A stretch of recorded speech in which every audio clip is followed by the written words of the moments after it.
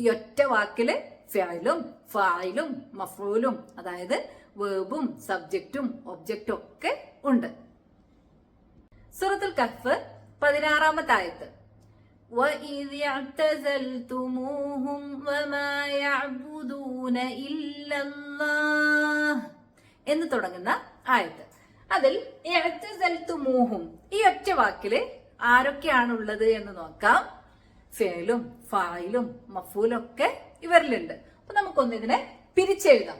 ഇഅ്തസല എന്നുള്ളതാണ് ഇവിടുത്തെ ഫിഅല്. ഫിഅലും ആദ്യമാണ് ഇഅ്തസല. ഇഅ്തസല എന്ന് പറഞ്ഞാൽ ബഹിഷ്കരിച്ചു അല്ലെങ്കിൽ ഭ്രഷ്ടരാക്കി എന്നൊക്കെയാണ് ആ വാക്കിന്റെ അർത്ഥം. ഇഅ്തസല.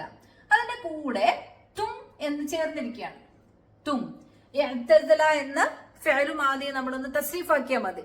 അപ്പോ ഇഅ്തസൽതും എന്ന് പറഞ്ഞാൽ നിങ്ങൾ ബഹിഷ്കരിച്ചു അല്ലെങ്കിൽ നിങ്ങൾ ഭ്രഷ്ടരാക്കി എന്നാണ് ഈ വാക്കിന്റെ അർത്ഥം.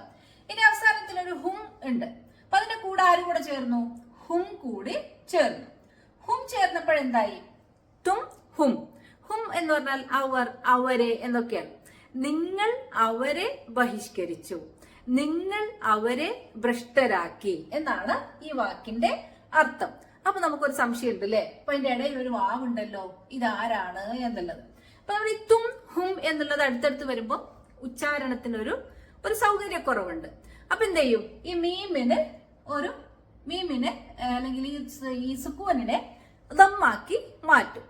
അപ്പോഴെന്താണ്? ഇഅ്തസൽതുമുഹും എന്നാണ് വായിക്കുക. അപ്പൊ ആ ദമ്മിനെ എന്തായി? ഒന്നുകൂടെ നീട്ടി, അതിന്റെ ഒരു പരമാവധി നീട്ടം നീട്ടുമ്പോ അതെന്തായി? വാവായിട്ട് മാറി. അതായത് മീം കഴിഞ്ഞിട്ട് ഒരു വാവായിട്ട് മാറി. അപ്പോഴാണ് എന്ത് വന്നത്? ഇഅ്തസൽതുമൂഹും. അതായത് ആ വാവ് ഉച്ചാരണ സൗകര്യത്തിന് അധികമായി വന്നിരിക്കുന്ന ഒരു വാവാണ്.